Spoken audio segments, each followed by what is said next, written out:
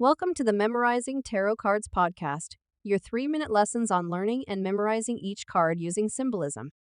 I use the Rider Waite Tarot, but you can view the card while you listen using your own tarot card deck or a computer. Today, we're exploring the King of Swords, focusing on reversals.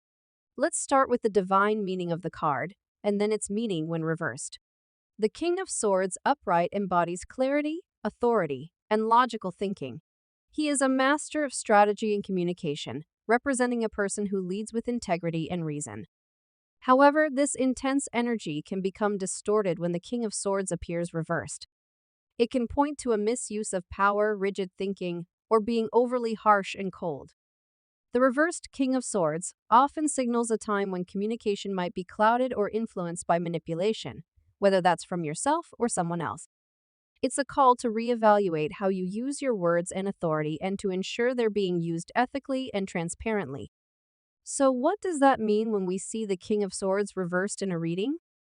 When the King of Swords reversed appears in a reading, it's often a sign that you must reassess how you're communicating or how someone is communicating with you.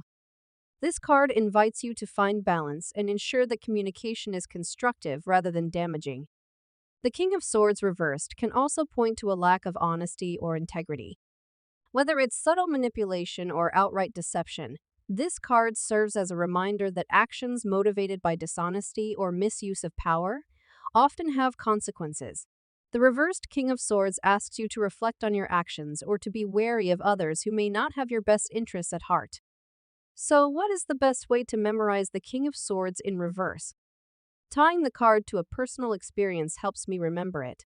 For example, my reversed King of Swords moment is remembering a manager I had on my first contract. He was fair, but tough. He was also someone who elevated people, and he was also someone who tended to be more on the damaging side of communication when things weren't going well instead of constructive. I learned a lot from him and liked working with him. I didn't like the times I accidentally upset him, but it was rare. However, most of the time, he mentored and pushed me. I got a tremendous amount of experience under his wing. When the King of Swords was upright, he was an authority that I didn't challenge, but he was fair and wise. When the King of Swords was reversed, I walked on eggshells, kept my head down, and approached him carefully if needed. He had integrity but a lot of fire, which was good or difficult, depending on the day. That's all for today's episode of the King of Swords Reversed. Remember, to memorize tarot, keep practicing tarot. Thanks for listening.